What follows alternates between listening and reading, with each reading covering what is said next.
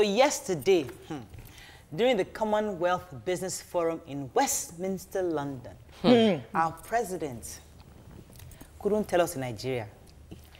Went all the way to UK to tell Jumoke that she's a Nigerian youth that likes free things.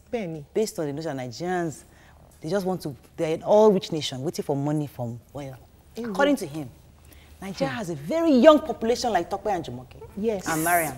Most of whom are uneducated. Okay, you're educated. You're not educated. But wanted everything offered them on a silver platter. Just because the country is an oil-producing nation. Below the belt. What are your thoughts on this? Please join the conversation. 070-806-6801. You can also tweet to us at TVC Connect. Please hashtag your TVC so we can read your tweets.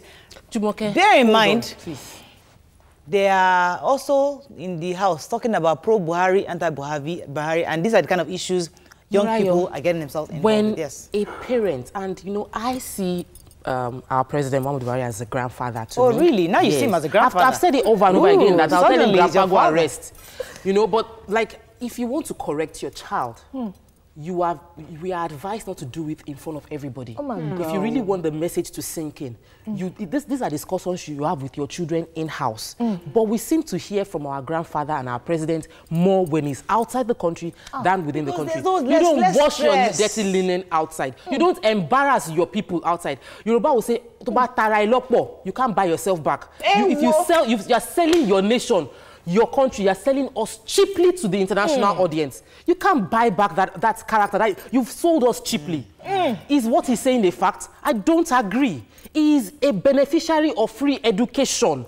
In his time, all of them, free healthcare. In his time, they were not traveling out for healthcare. People, Morayo, were coming to Nigeria from other African countries to meet our professors, to get educated here, to get health here. And their generation sort of messed it up. And they're now blaming us for asking for what we deserve and what we earned. We should earn. Tokwe, recently, I was driving down my street.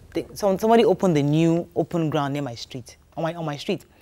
And I see young Friday nights, young Nigerians drinking there, partying, the girls laughing, giggling, and I'm thinking, your counterparts abroad are either doing something more constructive. There are loads of them.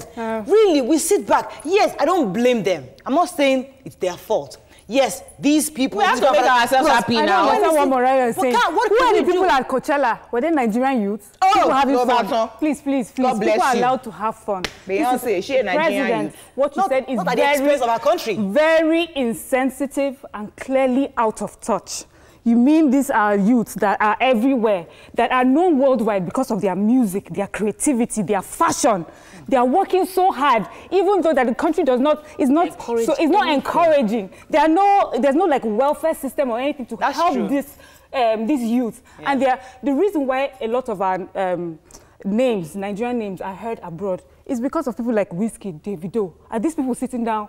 Just, you know, we have scientists, we have a few of them that have sat down here who have gone abroad because they do not get the sort of education that they need for the sort of things that they're already doing here. And they still come back here to provide jobs, to teach us the way to do things. So you're right, Mariam, because interestingly, I just got a phone. A young kid, Femi. Please. If this guy is a whiz kid. When I say whiz, there's nothing he can't fix. There's all by sports, phones, laptops. The guy, I'm wondering, this Ghana guy that in talking about this Femi, right? Mr. Lukman sent his nephew to me that he wants to do entertainment. Jumoke, help me mentor him. When the guy came, I said, oh God, there's nothing to add to what you're doing already. When he dropped his dossier, what he's doing already, he's 23. He's just coming out of university, already helping brands, brand on social media. I'm looking at him and thinking, wow, no help from any government whatsoever. I'm trying to calculate President Buhari's age in 1966, when he joined General T.Y. Danjuma and Abacha and other people to carry out a coup, counter coup actually in July. He was in his 20s, by my calculation, if he's truly 75, because that was 52 years ago. So he that went to military school, right, till today, that he goes out on medical tourism, it is paid for by taxpayers' money. He's saying to Commonwealth Come on, did you see the face of the man seated beside him? Like, what is this guy talking about? That Nigerian youths were predominantly under 30, were uneducated, were lazy, were looking for everything free of charge. That isn't true. It means, therefore, that the president does not think that it's the responsibility of government to provide education and health. Oh, no. No. Excuse me? No, you can't deduce that. Please, I did induction and reduction and deduction in university. I can induce that if he's saying that we're lazy and we're waiting for free education and health, he believes that is not our right. I can induce that. But my question is this to the president. Former President Jonathan, that we used to call clueless, on a regular would have media chats. President Buhari has never had a media chat. Okay. No, what he does is talk to us on maybe October 1. Media chat. There was one he had like this that had all these people. There's one. I remember one. Media chat. He had a few people there. I remember it. But every time he goes outside, he will insult us. He will abuse us. Hey, because of people like you, Jumoke, you're constantly always shouting on TV. Yes, that's the problem. He has gone to UK where there's no problem for him to shout. I have supported, I campaigned for him. I remember knocking on my neighbor's doors to go out and vote because I felt that this is change. And I have on this couch told everybody that I am no longer a believer in the change. So I have a right to feel bad when I feel like my leader isn't communicating with me, like he understands what I'm going through. So it is... But do you understand what he's trying to do? I understand what he's trying to do. I understand that he's being lied to consistently by people that are trying to manage information to him. And if he wants to remain our president, he needs to come on ground, see what is going on in the country, understand what people are going through. I am speaking for thousands of people. We are feeling it. Let me take this call that I come to you, Mariam. Morning, are you there?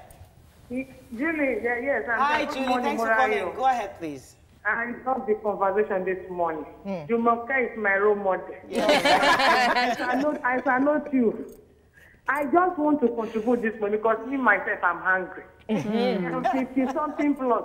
How can you say the youth, they are not hardworking? When you yourself, is there any free education? And brutally provided free education for us in Edo State. He does a lot of things for us.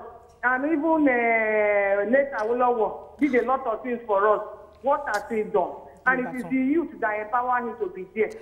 What does he want? And he said he doesn't want the youth to be the president. He wants to rule. When he was first speaking here, he was like a skeleton. He doesn't look like our own president. They want us to... Okay, thank you very much, Julie.